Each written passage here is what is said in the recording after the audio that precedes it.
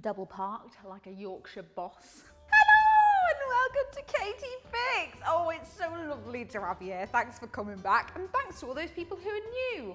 I bet you're wondering what the hell you've stumbled on. Hopefully an exciting cooking show.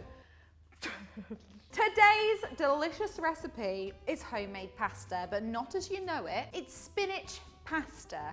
What? It involves 2 ingredients, which are simply spinach and superfine tipo or 00 flour. And then let me introduce you to the one and only Maggie. My 32-year-old Magimix. That's right, that's how good Magimix is. No, I'm not been sponsored. Otherwise, don't you think I'd have a new one? 32 years, and she's still got so much like gumption to her. So she brought her in for today. So she's going to help us make this mix, and you do need a blender of some sort for this. Spinach is obviously full of moisture. That is why when you wilt it down, it just like goes all lovely and soggy and wilts very into tiny. Well explained, Kate. All we're going to do is take 200 grams and combine it with 300 grams of flour, pasta flour, into old Maggie. So you're a little bit at a time, you don't want to overcrowd her. There's parsley in my spinach. How weird is that? And a pinch of salt, generous.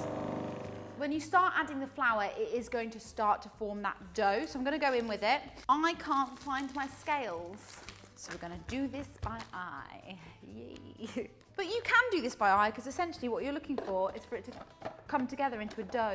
You've got eyes for that, you can do that. You believe in yourself. Oh, Mags. Sorry, girl. Oh gosh. The sellotapes come loose. Oh gosh. There we go, we're in. There it is. It's a-moving.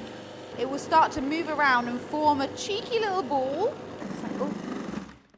Let's have a little look at her. Yeah! Look at that. That's how quick, I think we just need to take a moment there. That's it.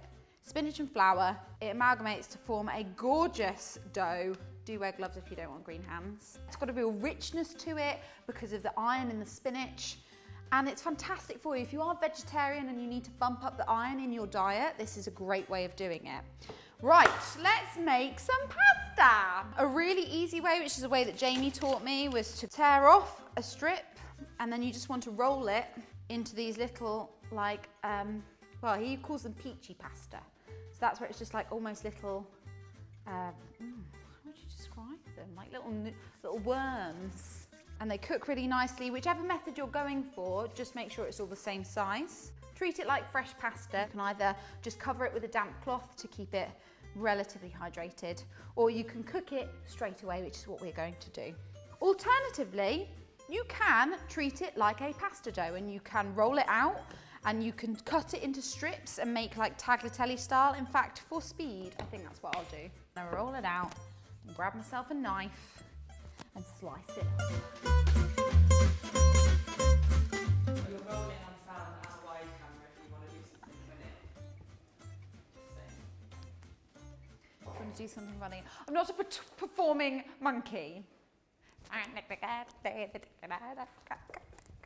Okay, so our pasta is ready and raring. Now, this cooks exactly the same as normal pasta in terms of going into hot boiling water, and you want it to be boiling because that way it means you're going to get an even cook all the way through. You're not going to end up with a soft squidgy outside and like a raw middle. But it will take a little bit longer, so it'll take about 10 minutes. So just keep an eye. You'll see the colour come alive, and it's so exciting. So I'm going to chuck this in the pan and show you a really simple sauce that you can make in the time that it takes to cook this. Right, so we are going to do a simple tomato garlic sauce. So I've got 2 cloves of garlic here that I'm just going to finely slice.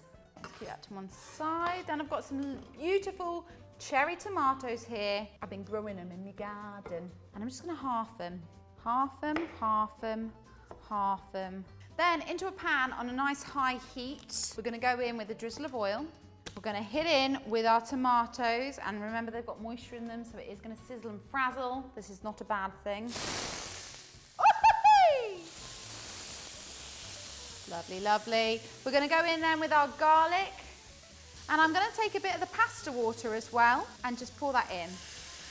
Now the pasta water does have a bit of starch in. It means you're going to get a sauce. I'm going to just get some basil. I'm going to pluck off the smaller baby leaves. Really nice to garnish your pasta with.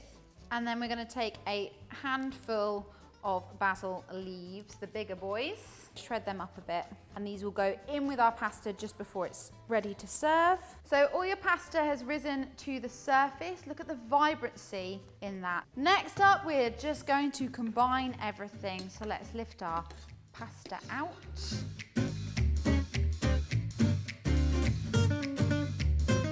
Look at the colours. And then that is ready to eat. Where's my bowl?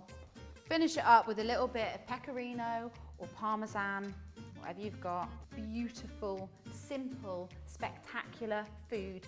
Done in minutes. There's no excuse not to eat well when it takes that little effort. Absolutely gorgeous. Now it's just time for the taste test. Woohoo!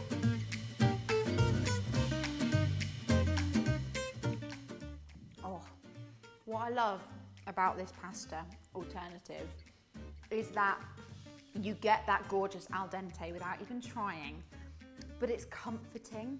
It feels hearty and robust and delicious, and that is just absolute comfort food heaven on a plate, yet super healthy. I hope you enjoy this recipe, guys. Please give it a go. It's so clever. And if you fancy knowing more about Katie.Pix recipes and bits and bobs from me, then why don't you subscribe? I'm here every single Tuesday. And check out Katie.Pix.com. I have a newsletter which you can sign up to for a monthly competition to win some crazy prizes. So please go sign up, check it all out, and I will hopefully see you very, very soon. Have a lovely day. Bye! Oh my God. It's you on the best. So simple.